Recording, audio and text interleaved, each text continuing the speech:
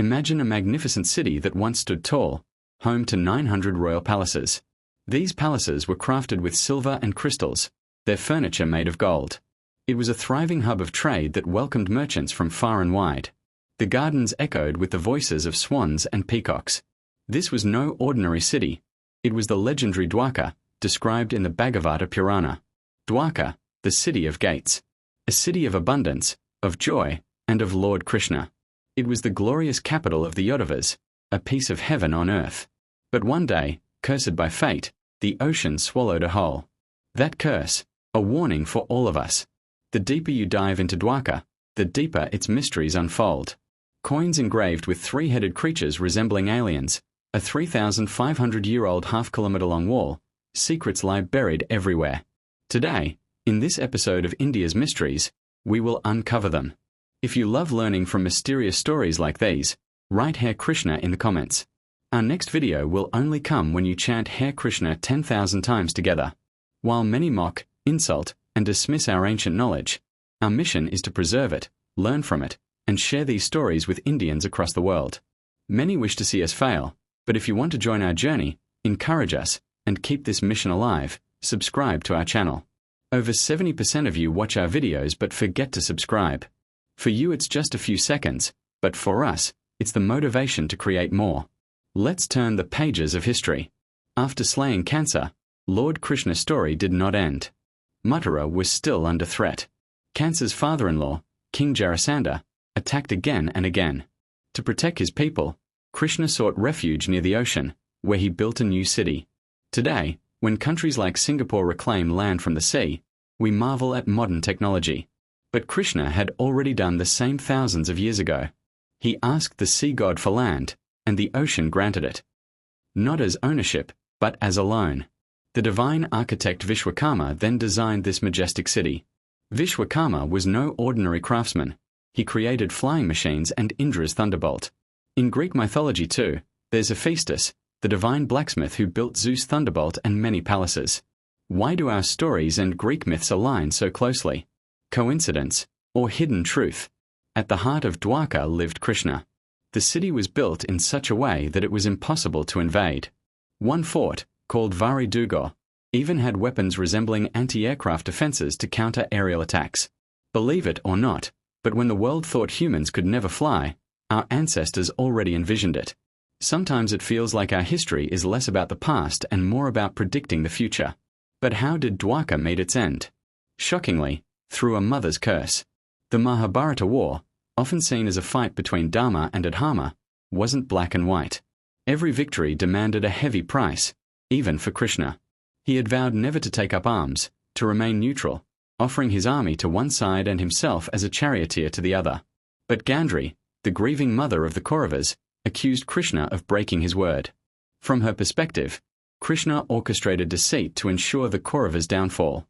She recounted how he guided Yudhishthira into lying to Dronakarya, how he told Arjuna to strike Karna when his chariot was stuck, how he placed Shikandi before Bhishma, and even how he advised Duryodhana to cover his loins before meeting his mother, leaving them unprotected and vulnerable. For Gandhari, Krishna was the true deceiver. In her anguish, she cursed him. Just as she watched her entire lineage perish, Krishna too would witness the destruction of his own. And the curse came true. The Yadavas turned against each other, civil war broke out, and they destroyed themselves.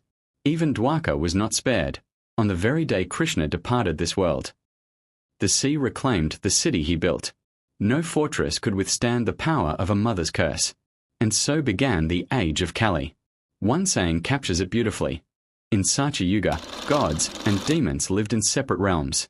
In Treta Yuga, they lived in the same world. In Dvapara Yuga, within the same families. And now, in Kali Yuga, gods and demons reside within the same human being. Today, Dwarka stands as one of the 4 sacred dams, a holiest of holy places. Long believed to be just a myth, modern discoveries proved otherwise. In the 1970s, the Indian Navy and marine archaeologist SRRAO found submerged ruins near Gujarat's coast. Pottery dating back 3,000 to 4,000 years, a massive 560-metre wall, and dozens of identified pillars matched ancient descriptions of Dwarka. When samples were carbon dated abroad, some were found to be nearly 9,000 years old, challenging everything we thought we knew about the world's oldest civilizations. History had told us Mesopotamia was the earliest, around 5,500 years old. But Dwarka pushes back the timeline of human civilization. It reveals something greater, that there are things we know, things we know we don't know, and things we don't even know that we don't know. Like before microscopes, we never knew microorganisms cause disease. Before fossils, we didn't know dinosaurs once ruled Earth. Before radio, wireless signals were unimaginable. Each discovery humbles us, reminding us that truth often lies beyond imagination. The ocean is as deep as it is dark, and to move forward we must revive our history with the help of science and archaeology. Remember, Dwarka's destruction came not just from a curse, but as a warning. Gandhari's curse wasn't only for the Yadavas, but for all of humanity. Our epics are not myths but history, used for centuries by Indian rulers as lessons in politics, war, and life. History has shown that India fell not from outside attacks, but because we were divided from within. That is our greatest curse. And our greatest warning. So, if you seek Dwarka, don't just search for its ruins. Look for its message within yourself. If even Narayana could not escape a mother's curse, who are we to think we can escape the consequences of our actions? Krishna's intentions may have been noble, but someone's truth was that he was wrong, and his lineage paid the price. Our actions, too, carry consequences, if not for us, then for generations to come. The curse was of a mother who blindfolded herself to all our sins, Mother Earth. Despite worshipping rivers as goddesses, we have turned them into the most polluted in the world. While the West learned from Darwin in the 19th century that humans are part of nature, we had already known it for millennia through the Dashavatara. Yet we place our greed and ambition above nature. Perhaps this is Kali Yuga, where the demon within us outweighs the divine. Climate change, wars, politics, environmental destruction, all stem from forgetting that this land is only borrowed, not ours to own. Even Krishna's Dwarka, a heavenly city, was taken back by the sea. Nothing is permanent, not you, not me. At the beginning, I said Dwarka is a warning. Perhaps this is the true warning. And today, on World Environment Day, this story becomes even more important. This earth is our mother, and we are her children. The sins we commit today, the promises we break, the deceit we indulge in, for these, either we or our children will suffer. That is the lesson Dwarka gives us. Through stories, God speaks to us, and every story hides a message. If you want to spread this message across the world, share this video. Because it matters. Our history is not just about the past, it's about the future.